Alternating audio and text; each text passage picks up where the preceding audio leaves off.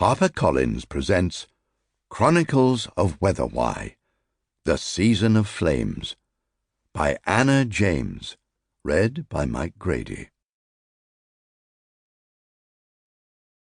Sunbright days bring summer to town with warm weather. Then the meadows quickly bloom with blossom, and bliss mounts up throughout the earth. From the Menologium, or the Anglo-Saxon Chronicle. Prologue. The sun streams through the open patio doors. An elderly man is surrounded by his grandchildren. He cannot be tempted out into the brightness of the garden, as he has misplaced his hat. But he has permitted his armchair to be moved closer to the door, so that the grandchildren spill out onto the grass as they listen to him.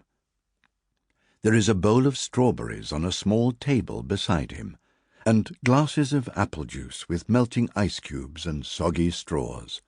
"You promised us another story about Whetherwhy," one grandchild says. "We want to know what happens next," another says. "Can you remember what happened in the last chronicle, before you find out what happens next?"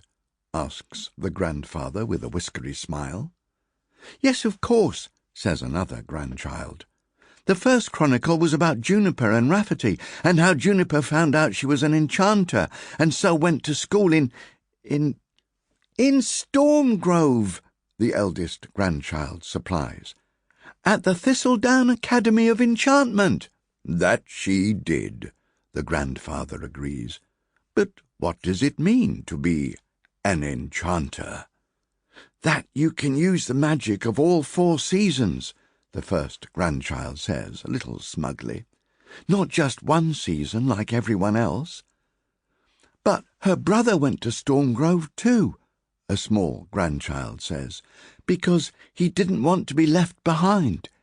He went to be an apprentice at a bookbinder, but the people who owned the shop turned out to be bad and wanted to steal Juniper's magic. But it was all okay in the end." "We haven't got to the end yet," the grandfather points out. "We haven't even got to the second chronicle," the eldest says. "Is that it?"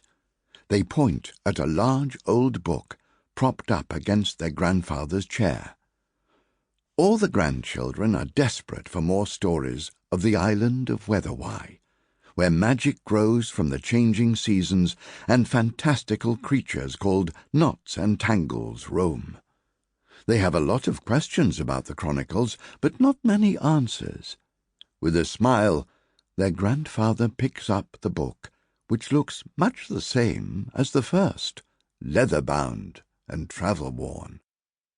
"It is the next chronicle, yes," he says, "although this one tells of what happened in Whetherwhy 13 years after Juniper learned she was an enchanter.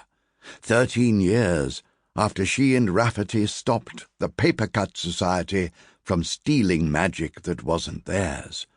13 years since Oleander Young fled Thistledown after helping the society." "13 years?" a grandchild said indignantly. "But I want to know what happens to Juniper and Rafferty."